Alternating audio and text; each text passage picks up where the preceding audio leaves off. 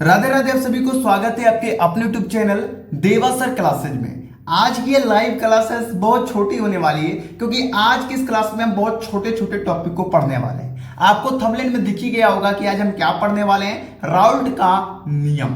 ये इतना इंपॉर्टेंट नियम है ना, जो आपके पेपर में 100% आता ही आता है। पिछली बार भी आया था, उसके पिछली बार भी आया था। मतलब ये लगातार पूछे जाने वाला टॉपिक है इस चैप्टर का, अध्याय 1 विलियन का। बहुत इंपॉर्टेंट। यदि चैप्टर 1 का सबसे मोस्ट इंपॉर्टेंट टॉपिक की बात किया जाए ना, तो राउल्ट का नियम ही है। तो आप थोड़ा ध्यान से पढ़िएगा। राउल्ट को नियम को पढ़ने से पहले हमें 2-3 टॉपिक छोटे मोटे पढ़ने पड़ेंगे, तो पहले उन्हें हम पढ़ लेते हैं। चलिए, पहला टॉपिक है वाष्प दाब। ये बहुत आसान है। जब किसी द्रव को गर्म करते हैं तो उसका वाष्प बनता है और वह वाष्प किसी के ऊपर दाब लगाता है, जिसे वाष्प दाब कहते हैं। जैसे आप एग्जाम्पल के समझो, देसी माध्यम से समझो। जैसे आप पानी को गर्म करते हो तो पानी में से धुआं निकलता है, और मान लो पानी ज्यादा गर्म हो रहा है, उसके ऊपर हम अगर कोई ढक्कन रख दें तो उसमें से जो धुआं निकले वो ढक्कन पर दाब लगाएगा ना, तो उसी दाब को हम वाष्प दाब कहते हैं। देखो ध्यान से, जब किसी द्रव को गर्म करते हैं, कोई द्रव है उसको जब हम गर्म कर रहे हैं तो उसमें से वाष्प बन रहा है, और वो वाष्प ऊपर ढक्कन रखा हुआ तो उस पर दाब लगाता है। उसी दाब को हम वाष्प दाब कहते हैं। क्लियर है? वाष्प दाब यानी किसी द्रव का गर्म होकर वाष्प निकलना, वो वाष्प किसी के ऊपर दाब लगाना वाष्प दाब कहलाता है।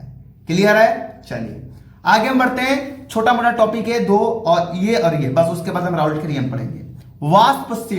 वाष्पशील क्या हुआ, ध्यान दीजिए। वाष्प उत्पन्न करने वाले यौगिक या पदार्थ को वाष्पशील कहते हैं।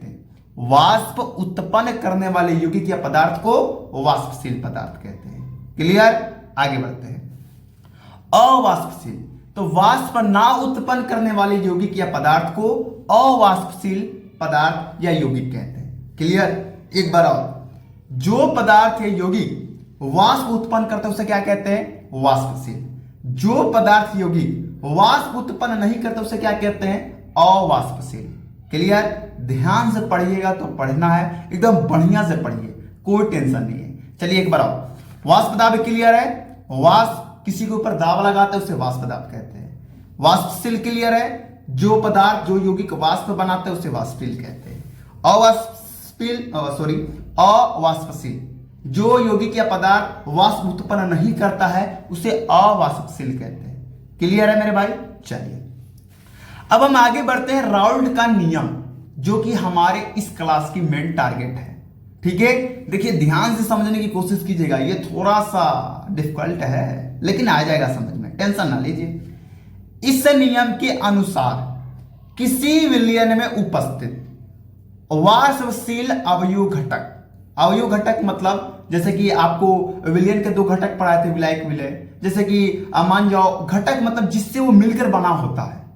ठीक है, जैसे कि मान लो आप सब्जी खा रहे हो आलू भिंडी की, मतलब मान लो एग्जांपल, तो उस सब्जी के घटक कौन हुए? आलू और भिंडी हुआ। शरबत आप पी रहे हो चीनी पानी के, तो शरबत के घटक कौन हुए? चीनी और पानी हुआ। क्लियर? अवयव वही होते हैं, घटक वही होते हैं। अवयव घटक एक ही चीज होते हैं। क्लियर है ना? चलिए, तो किसी विलयन में उपस्थित वाष्पशील अभी बताया था, जो पदार्थ वाष्प उत्पन्न करता है उसे वाष्पशील कहते हैं। अवाष्पशील अवयव घटक के आंशिक वाष्प दाब पढ़ाया था ना, तथा उसी अवयव घटक के मोल प्रभाज के समानुपाती होता है राउल्ट का नियम के अनुसार। ध्यान से समझो। अब ये तो मैंने पढ़ा, अब मैं समझाऊंगा। कोई विलयन है आपके पास, उस विलयन में उपस्थित वाष्पशील अवयव घटक, उस विलयन में उपस्थित है वाष्प देने वाला घटक, उस घटक का वाष्प दाब। अब मान जाओ कोई विलयन है, उसमें वाष्पशील अवयव घटक है, मतलब वाष्प निकालने वाला घटक है, तो उस घटक से वाष्प निकलेगा तो वो वाष्प किसी को ऊपर दाब लगाएगा, तो वाष्प दाब बनेगा कि नहीं? तो उस विलयन में उपस्थित वाष्पशील अवयव घटक का आंशिक वाष्प दाब उसी अवयव घटक, मतलब उसी वाष्पशील अवयव घटक के मोल प्रभाज के समानुपाती होता है। यही राउल्ट का नियम कहता है। एक बार और ध्यान से समझिए। किसी विलयन में उपस्थित वाष्पशील अवयव घटक, कोई विलयन है उसमें वाष्पशील अवयव घटक है, उस घटक से जो वाष्प दाब निकल रहा है उसी घटक के मोल प्रभाज के समानुपाती होता है। मोल प्रभाज हमने कल पढ़ा था। ठीक है, चलिए ये समझ में आ गया कि नहीं, ये बताइए आप। नहीं आया, एक बार और सुनो। किसी विलयन में उपस्थित वाष्पशील अवयव घटक के वाष्प दाब उसी घटक के मोल प्रवाह के समानुपाती होता है। क्लियर? चलिए अब एक बार मैं देसी भाषा समझाता हूं आपको। एक विलयन आपको दे दिया गया, उस विलयन में वाष्प उत्पन्न करने वाले घटक है, उस विलयन के अंदर वाष्प उत्पन्न करने वाले घटक रख दिए गए। अब उस घटक से जो वाष्प दाब निकल रहा है उसी घटक के मोल प्रवाह के समानुपाती होगा। यह राउल्ट का नियम कहता है। क्लियर? इस नियम के अनुसार किसी विलयन में उपस्थित वाष्पशील अवयव घटक के आंशिक वाष्प दाब तथा उसी अवयव घटक के मोल प्रवाह के समानुपाती होता है।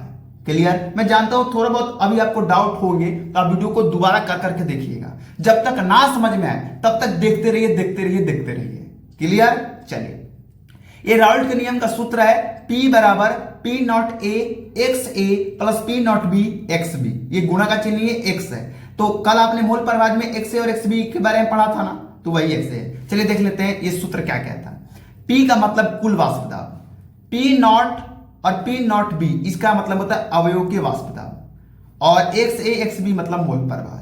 मतलब कोई विलयन आपको सामने रख दिया गया, उस विलयन में दो घटक हैं जी जो वाष्पशील है, जो वाष्प उत्पन्न कर रहे हैं, मोल प्रवाह आपको दे दिया गया और कहा गया कि कुल वाष्प दाब ज्ञात कर लो, तो आप इस सूत्र से ज्ञात कर सकते हो। नोमेरिकल आपको कैसे मिलेगा वो ध्यान दीजिएगा। नोमेरिकल में आपको P नॉट A और P नॉट B का मान मिलेगा, एक्स ए और एक्स बी का भी मान मिल जाएगा, और आपसे P का मान ज्ञात करने के लिए कहा जाएगा, यानी कि कुल वाष्प दाब का मान ज्ञात करने के लिए कहा जाएगा। तो आप ज्ञात नहीं कर दोगे? कर दोगे। मैं कराऊंगा भी ज्ञात, आपके सामने ही नोमेरिकल कराऊंगा, तो आपको समझ में आएगा। तो आज की क्लास कैसी लगी आपको ये कमेंट करके बताना है। अगर थोड़ा सा आपको डिफिकल्ट लग रहा होगा ये सब टॉपिक, तो मैं कोशिश करूंगा कि रिवीजन क्लासेस में और मैं इसको क्लियर कर सकूं। ठीक है? मेरे यहाँ जैसे मैं जिस तरीके से समझाया हूं उस तरह आपको समझ में आ जाना चाहिए, और अगर नहीं आया तो इस वीडियो को दोबारा करके देखिएगा। तब भी दिक्कत हो तो आप मेरे नंबर पर फोन करके मुझसे बात कर लीजिएगा, मैं कोशिश करूंगा आपको पर्सनल समझाने की। ठीक है? चलिए मिलते हैं कल शाम को फिर से लाइव स्ट्रीम में शाम को 7 बजे। तब तक के लिए जय हिंद, जय भारत।